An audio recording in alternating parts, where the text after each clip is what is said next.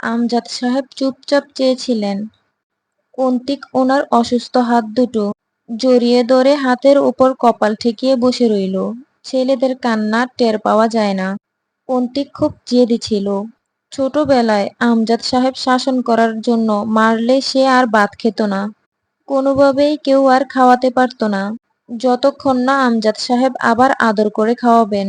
খাওয়ার আগে ঠিক এভাবেই আব্বুকে জড়িয়ে ধরে আহ্লাদ করে কাঁদত। কিন্তু সেদিন রাতে আমজাদ সাহেব কিছুই বললেন না। অন্তিকের ভেতরের যন্ত্রণা বাড়ছিল এতে। এরপর পা দুটো জড়িয়ে ধরে বসে রইল। সকাল হলো, সে পা আর ছাড়েনি। কতবার কতভাবে ছুঁয়ে দিচ্ছে আব্বুর আঘাতগুলো। পাগলের মতো প্রলাপ বকছিল। মার্জিয়াও এসে বসলো একটু বেলা বাড়লে। জেদি মেয়েটার মুখেও রা নেই। অপরাধীর মতো মুখ করে বসেছিল। বেলা 11টার দিকে মোস্তাকিন এলো। আমজাদ সাহেবকে সালাম করে এসে দাঁড়ালো। রাবেয়া চেয়ার এনে দিলেন। বসলো না সে চেয়ারে। যে মাদুরটা পাতা ছিল তাতে সবার সাথে পা গুটিয়ে বসে পড়ল। চেয়ারে বসে আছেন আমজাদ সাহেব। হুট করে অন্তু কেন যেন একটা অপ্রাসঙ্গিক কথা তুলে ধরল।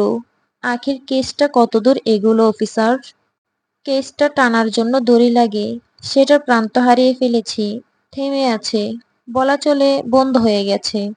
আপনি বলেছিলেন ওরা নাকি বাড়ি ছেড়ে চলে গেছে। হ্যাঁ, আমি গিয়ে পাইনি। আপনি গিয়েছিলেন না? আমিও পাইনি। তাহলে যে জিজ্ঞেস করছেন? অন্তু কথা বলল না। তার মুখে পর্দা নেই, শুধু মাথায় ওড়না দেওয়া। অন্তু যতক্ষণ চুপ রইল আর কেউ কথা বলল না। সে নিজেই সময় নিয়ে বলল, এর মাঝে 3 দিন অলরেডি কেটে গেছে। আজ চতুর্থ দিন। ওরা এই 2 দিনে কোনো মুভমেন্ট দেখায়নি। ব্যাপারটা জটিল। অন্তিক এখন বাড়িতে, যদিও আমি কিছুই বুঝতে পারছি না। আসলে কিসের জন্য কি হচ্ছে তা ধারণা করতে গেলে মাথায় প্যাঁচ লেগে যাচ্ছে। ওরা এবার বাড়ি চলে আসলে পুরো পরিবার শুদ্ধ টুকরো টুকরো করে কেটে রেখে যাবে হয়তো। তাই আমি চাচ্ছিলাম থানায় সাধারণ একটা ছোট্ট রিপোর্ট করে সাধারণ সালিশের মাধ্যমে পলাশের কাছে কিছুদিন সময় চেয়ে নিতে, যাতে কুড়িগ্রামের জমিটা বিক্রির জন্য আর খানিকটা সময় পাই। মোস্তাকিন একটু ভেবে বলল, থানায় এ নিয়ে আলাপ করাটা কতটা ঠিক হবে বলতে পারছি না। পলাশ ব্যাপারটা কেমনভাবে নিবে জানা নেই। আর খবর পেয়েছি রজন আজগর দিনাজপুরে নেই। ওদের বিরুদ্ধে, এমনকি কারো বিরুদ্ধে কোনো অভিযোগ করব না আমি। শুধু অন্তিকের ঋণের বিষয়টা জানাবো এবং পলাশ আজগরের সাথে একটা আলোচনার মাধ্যমে আইনগতভাবে খানিক সময় আমরা চেয়ে নিতে চাই। মোস্তাকিন মাথা নাড়ল। কিছু সময় চুপ থেকে বলল, আপনি কি ভরসা হারিয়েছেন আমার উপর অন্তু? নির্লিপ্ত শোনালো মোস্তাকিনের স্বর। ভরসার প্রশ্ন উঠছে না অফিসার। তাছাড়াও আপনার ডিপার্টমেন্ট আলাদা। আপনি খুন খারাপির প্রশাসনিক দায়িত্বে আছেন, আমাদের ব্যাপারটা তা না। আজ মোস্তাকিন অন্তুর জলগম্ভীর শীতল বুদ্ধিমতী রূপটা আরেকবার পর্যবেক্ষণ করল। যার কথার ভার, চোখের শান্ত চাহনি, জাজাল তেজস্ক্রিয় এবং মানসিক কাঠিন্য খুব নজরে আসছিল। অথচ এই মেয়েটাও কেমন মরিচা ধরা পাতলা লৌহখণ্ডের ন্যায় ক্ষয় হয়ে গিয়েছিল সেদিন।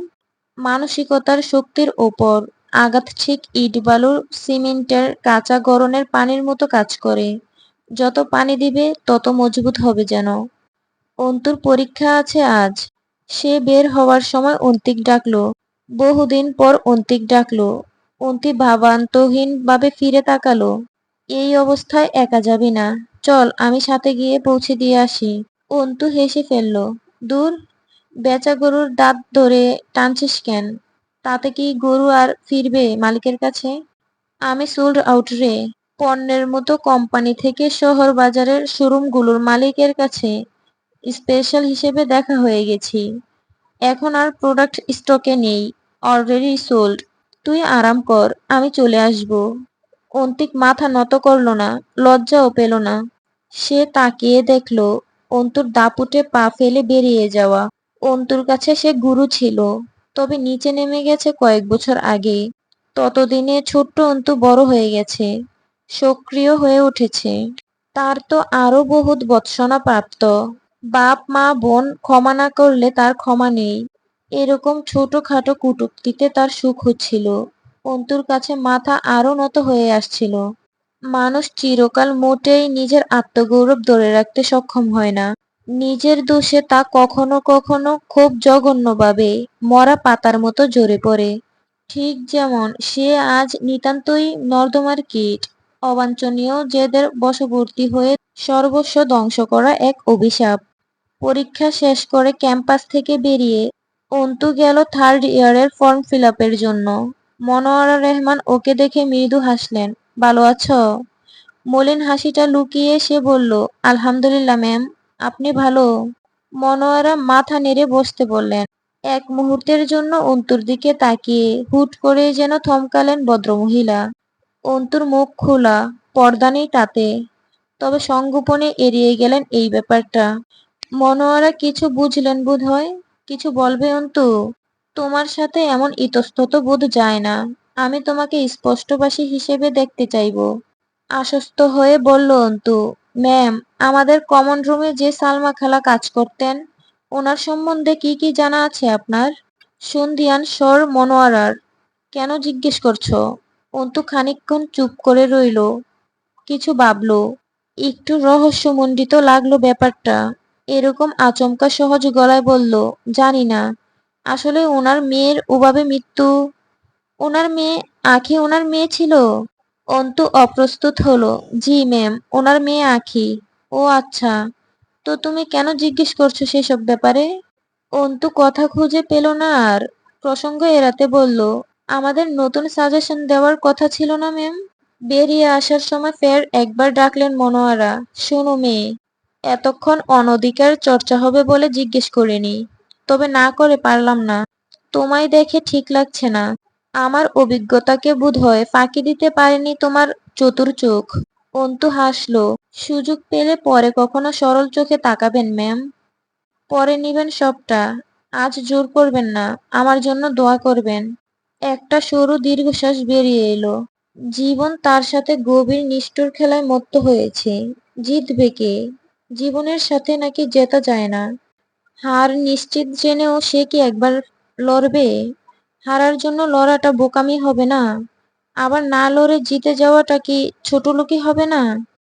ভাবনার শেষ হলো শহীদ মিনারের সম্মুখে এসে। মেরুদণ্ড বেয়ে এক শঙ্কিত হাওয়া মস্তিষ্কের নিউরন কোষে আন্দোলন তুলল যেন। জয় জয় জয় আমির। এই পথটা তার বহু হেনস্থার সাক্ষী। আজ দেখা হবে? না হবার চান্স বেশি। গতকাল নির্বাচনে জেতার উৎসব করে এখন হয়তো ঘুমাচ্ছে। অন্তু হাসল। এরা সুখী, কারণ এরা খারাপ। অন্তু অবাক হলো। আশ্চর্য, সে নিজেও তো খারাপ। তবুও তার জীবনে এত জঞ্জাট কিসের? নাকি নিয়তির কাছে তার খারাপ মানসিকতার খবর পৌঁছায়নি? নিয়তি নিজেও জানে না অন্তু কতটা স্বার্থপর, হিংস্র আর কুটিল। আবার সময় সাপেক্ষে খুব দুর্বলও। এই বিষয়টাকে অবশ্য ঘৃণা করে অন্তু। দুর্বল কেন সে? পুরোপুরি খারাপ হতে হবে তাকে। গোটাটা আপাদমস্তক, প্রতিটা শিরার প্রবাহ দ্বারায় খারাপের তরল ঢুকাতে হবে। পলাশ ভালো আছে, জয় ভালো আছে। এই সমাজে এমন সব জয় পলাশেরা এক ডাকে সুখী মানুষ। সেও সুখে থাকবে। শুধু একবার খারাপ হয়ে গেলেই তার সুখ আর কেউ ঠেকাতে পারবে না কোথাও। নিজেকে এই পর্যায়ে পাগল মনে হলো অন্তুর। সেই রাস্তা, জয় হামজার ক্লাবের রাস্তা। ক্লাবটাকে বেলুন ফুল, বিভিন্ন ধরনের সরঞ্জামে সাজিয়ে তোলা হয়েছে। এক গাদা চেয়ার জড়ো করা পাশের মাঠটায়। বেশ কিছু ডেস্কি, প্লেট, শামিয়ানা ইত্যাদিও দেখতে পেল।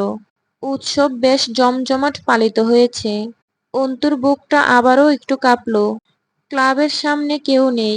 দুপুর গড়ানো সময়। সবগুলো নাচানাচি লাফালাফি করে হয়তো বিশ্রাম নিচ্ছে এখন। ঘরবাড়ি ওভাবেই পড়ে আছে, শুধু মানুষগুলো নেই। চাঁদনির কথা অন্তুর মাঝে মধ্যেই মনে পড়ে। মেয়েটাকে একদিনেই কেন জানি মনে ধরে গিয়েছিল। আর সালমা খালা, ওনার কান্নাজড়িত মুখটার কথা মনে পড়লে বুক বার হয় অন্তুর। অন্তুর চাঁদনিকে দরকার। ওর বিশ্বাস মেয়েটা অনেক কিছু জানে। অন্তু এটাও ভেবে বের করেছে এই দুদিনে। এসব তাদের পরিবারের সাথে শুধু ঋণের টাকার দায়ে বোধহয় হয়নি। কিছু একটা ঘটেছে। ঘটেছে। চলছে পিঠ পিছে, যা আন্দাজের বাইরে। কি হতো যদি জয় সেদিন ওকে শেষ মুহূর্তে রক্ষা না করত? ভাবতেই বিষিয়ে উঠল ভেতরের ভাবনাটা। এক জানোয়ারের সাপেক্ষে আরেক জানোয়ারকে সুক্রিয়া জ্ঞাপন করছে যেন পাগল মনটা। তবুও সে কৃতজ্ঞ ওই নোংরা লোকটার কাছে, অন্তত নিশ্চিত সর্বনাশের হাত থেকে রক্ষার খাতিরে। টিনের বেড়া কেটে বানানো দরজাটা চাপানো ছিল, তা চেপে ভিতরে ঢোকার চেষ্টা করতেই কেমন ক্যারক্যার শব্দ করে উঠল। অন্তু সাবধান হলো। কোনো মতে ভেতরে মুখ দিয়ে একটা বিশ্রী গন্ধ এসে সুরসুর করে নাকের ভিতর প্রবেশ করলো। বমি এসে গেল অন্তুর। ওড়না তুলে নাক চেপে ধরল। এই কয়দিনে একটা বসত বাড়িতে এমন দুর্গন্ধের উৎস কি? কিছু মরে পড়ে আছে নাকি? ঘরগুলো ফাঁকা, জিনিসপত্র কিছুই নেই। যত এগিয়ে যাচ্ছিল গন্ধটা আরো প্রকট হয়ে নাকে আসছিল। মাটির রান্নাঘরে ইঁদুর মাটি তুলে ছোট ছোট পাহাড় বানিয়েছে। চাঁদনি যেই ঘরে তাকে বসিয়েছিল সেখানেও উকি দিল একবার। ফাঁকা সেসব। অথচ গন্ধের উৎসটা আসছে আসলে এই বিল্ডিং থেকেই, যেটা অন্তু এর আগেরবার এসেও দেখেছিল। ওভাবেই পড়ে আছে, শুধু ছাদ হয়েছে, নিচে মাটি, জানালা দরজা কিছুই নেই। কৌতূহল দমাতে না পেরে সেখানে উঠে গেল অন্তু। ইটের উপর ইট রেখে সিঁড়ি তৈরি করা, যেটা আগে ছিল বলে মনে পড়ল না। বালু বিছানো মেঝে, দুটো পাশাপাশি ঘর। এক ঘরে উকি দিয়ে ফাঁকা পেল, অপর ঘরে যেতেই একদম পেট গুলিয়ে এলো অন্তুর। শক্ত করে ওড়না চাপলো নাকে, অবাক হয়ে দেখলো ঘরটা।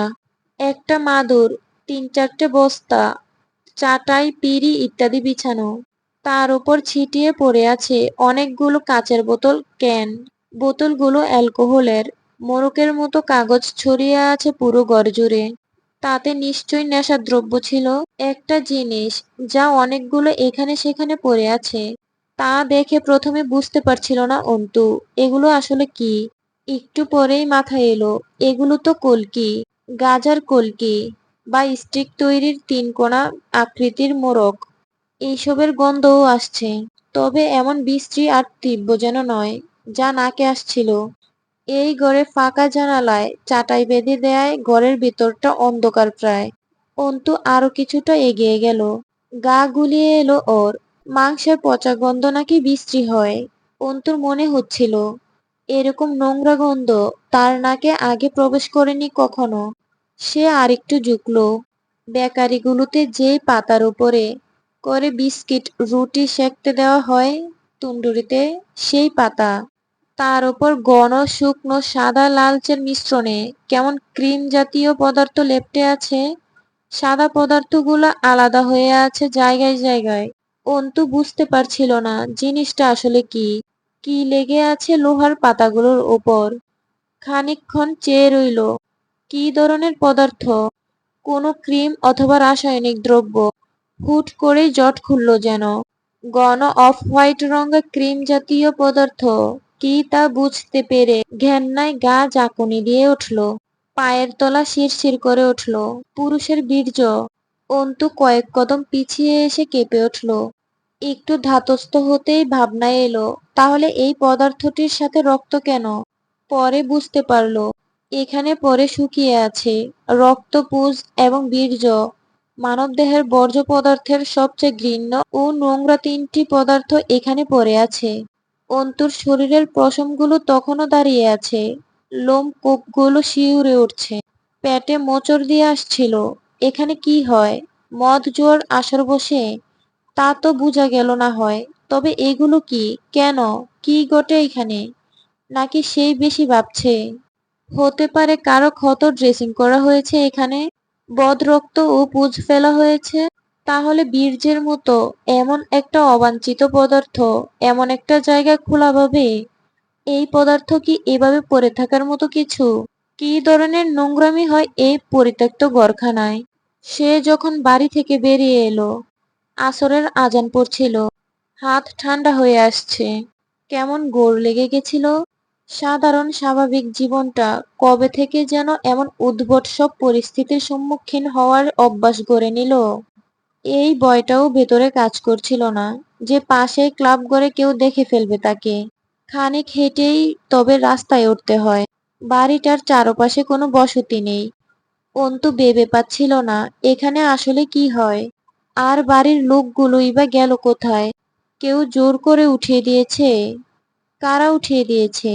ক্লাব ঘরের মালিকেরা? পাশের বাড়িতে ঢুকলো সে, দ্বিধা সংকোচ ঠেলে। কথায় কথায় জিজ্ঞেস করলো, ওই বাড়ির লোকেরা কোথায় গেছে? বাড়ির মহিলা বললেন, হুট করে একদিন আইছিল, পরে আবার চলে গেছে হয়তো। কারো সাথে তেমন সম্বন্ধ ছিল না ওদের যতদিন ছিল এখানে। অন্তুর চোখ মুখ কুঁচকে উঠলো। মানে? হুট করে এসেছিল মানে? সালমা খালা এখানকার বাসিন্দা না? ও মা, তা হবে কেন? কয়েক মাস আগেই তো আইছিল এইখানে। অন্তু বুঝতে পারছিল না কিছুই। সালমা খালাকে কমন রুমের আয়া হিসেবে সে অ্যাডমিশন নেওয়ার পর থেকে দেখেছে। অর্থাৎ সেই দেখেছে প্রায় 2 বছর যাবৎ। এসেছে তারও আগে। আর জায়গা বিক্রি ওসব ঝামেলা অন্তুর অসহ্য লাগছে ভাবতে। সামলালো নিজেকে। আচ্ছা, বুঝেছি। ওরা কবে গেছে এখান থেকে বলতে পারেন? আর সুহেল ভাইয়া কি বিদেশ চলে যাওয়ার পরে ওরা গেছে এখান থেকে? মহিলা বিরক্ত হলেন। বললাম তো, ওরা কারো সাথেই মিশতো না এদিকের। কেডা বিদেশ গেছে, কে দেশে আছে, তা কেমনে বলবো? খালি ওই বাড়িতে থাকতো ওরা, এই জানি। আর আখির লাশ? মানে লাশ মাটি হওয়ার পরপরই চলে গেছে ওরা, নাকি তার আগে? সেসব অত জানি না, খালি জানি এখন আর থাকে না ওরা। মহিলা ক্যাটক্যাট করে উঠল। অন্তুর ইচ্ছে করছিল নিজের মাথার উপর রাস্তার একটা ভাঙা ইট তুলে দাঁড়াম করে বাড়ি মারতে। মাথাটা জং ধরে আসছে। তার মানে আখির লাশ আসেইনি বাড়িতে? মোস্তাকিন বলেছিল এসেছে। তাহলে নিশ্চয়ই এসেছে। হয়তো পরিবারের কাছেও পৌঁছেছে। তবে পরিবারটা এখান থেকে যেখানে উঠে গেছে সেখানে। তাহলে নিশ্চয়ই পুলিশ ফোর্স জানে চাঁদনির ঠিকানা। অন্তুর মাথায় আরেকটা প্যাচ খুলে গেল। নিশ্চয়ই জমি জমার ক্যাচাল মিটমাট হয়ে গেছে। আর চাঁদনি বলেছিল ওরা এখানে আর থাকবে না। জমি ফেরত পেলেও তারা অন্যত্র চলে যাবে এই এলাকা ছেড়ে। আর এমন অবস্থায় যে কেউই তাই করত। এত বড় দাম চুকানোর পর কে এই জাহান্নামে পড়ে থাকবে? অন্তুর খেয়ালে এলো, সালমা খালাকে আর ভার্সিটিতে দেখা যায় না। কিন্তু কবে থেকে তা ঠিক মনে আসছিল না। অর্থাৎ সে ভেতরে যে সব দেখলো সব এই জায়গার নতুন মালিকের কারসাজি। তার কি জানানো উচিত এই ব্যাপারে পুলিশকে? নিশ্চয় জানাবে। অন্তু হুট করেই একটা বিষয় মাথায় এলো। সে যে অসহ্য গন্ধটা পাচ্ছিল সেটা কি রক্তপুঁজ থেকে আসছিল? রক্তপুঁজ অথবা বীর্য, কোনোটা থেকেই অমন নাড়ি বুড়ি উগরে আসা দুর্গন্ধ আসে না। আর এরকম একটা রহস্যমণ্ডিত বাড়ি এমন বিনা কোনো নিরাপত্তায় ফেলে রাখা হয়েছে। জমিটা এক হিন্দু লোক কিনেছে। সেই লোক এখানে কোনো অনৈতিক কাজ করছে না তো? কিন্তু এখন চাঁদনিরা কোথায় আছে?